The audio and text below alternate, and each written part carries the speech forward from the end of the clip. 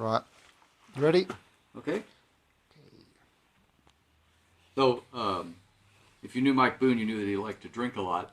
And during the Great San Agustin rescue, he'd had packed a duffel for someone to carry into the cave. And when they lifted it up, they complained that it was too heavy and opened it up to see what was inside. And right on top was a gallon of cognac, which they took out of the bag and then closed it up and took the bag into the cave. And when Mike found out that his gallon of cognac had been taken out, he was very upset. But we told him that was just too bad. You just speak about him. The San Agustin rescue, which Mike Boon wrote about, was in 1980 when there was a Polish expedition here, actually specifically trying to scoop us. Their brochure stated that they wanted to make a connection that we had said we were going to make. And during their expedition, they had two accidents almost simultaneously. That was when Poland was a communist country, and they couldn't get foreign exchange easily, so they had to use mostly Polish stuff or Russian stuff. And the rope they had was really terrible, thin rope with basically a sheath and no core. And one guy fell and broke a leg, and in the process of going to his aid, another guy had a rope break on a steep drop with a lot of ledges, and he bounced down the pit and landed on a big rock and basically broke his back and was paralyzed from the waist down. So the guy who had broken his leg managed to get out of the cave on his own power with help.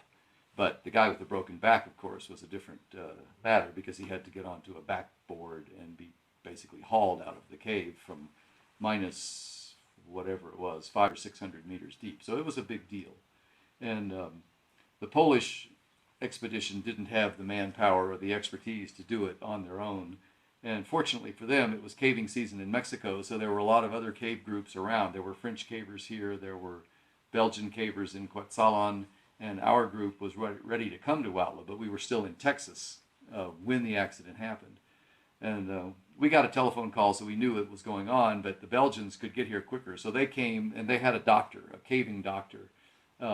So they came and were already, at the accident site and attending the victim by the time we arrived.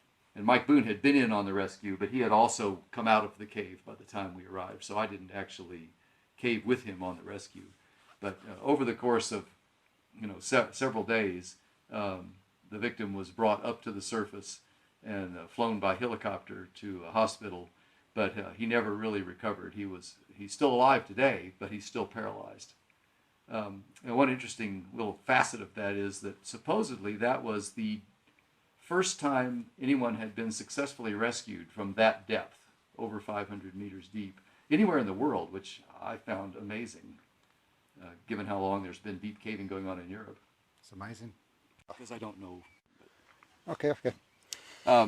Mike Boon was a great storyteller and writer, and at one caving event we had expedition reports, and Mike Boon got up on the stage and gave a report with no slides, no video, just him standing on the stage talking, which no one else did before or after that I know of, and the audience was absolutely rapt. He kept everyone extremely interested, even though he had no props at all. So that's a pretty good testament to his storytelling ability. That's good.